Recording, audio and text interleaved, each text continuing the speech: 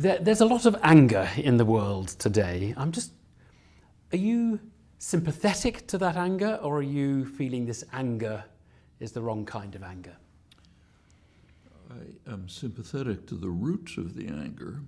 I think anger is not a constructive response to problems that are quite real, and they are quite real. So take, say, the United States, which has suffered less from the policies of the last generation than other Western countries. But nevertheless, in the United States, median income, for example, is lower in real terms than it was 30 years ago.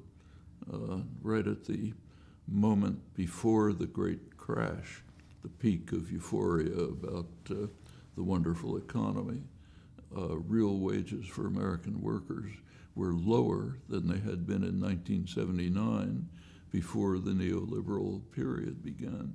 And this is duplicated over much of the world. This has been a massive assault on large parts of the population. It's been an assault on democracy, on a sense of participating.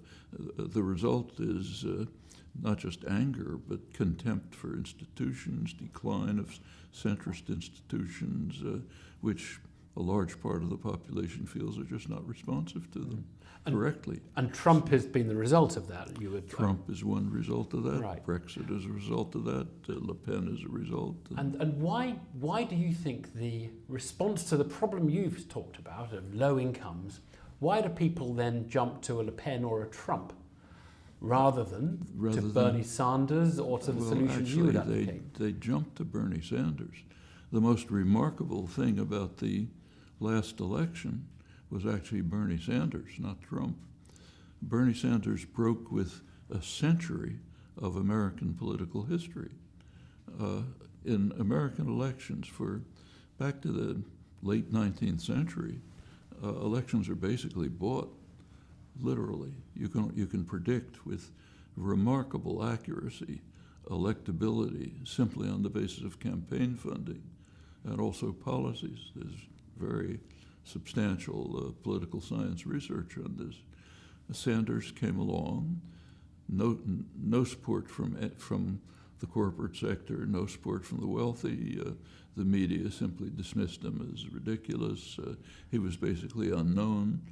He even used a scare word, socialist. And he would have won the Democratic nomination if it hadn't been for the shenanigans of the party managers. If you take a look at popularity today, he is far and away the most popular figure in the American political system. Right. The most significant aspect of the Trump election, and it's not just Trump, it's the whole Republican Party, is their departing from the rest of the world on climate change. It's a crucial issue. It's an existential threat.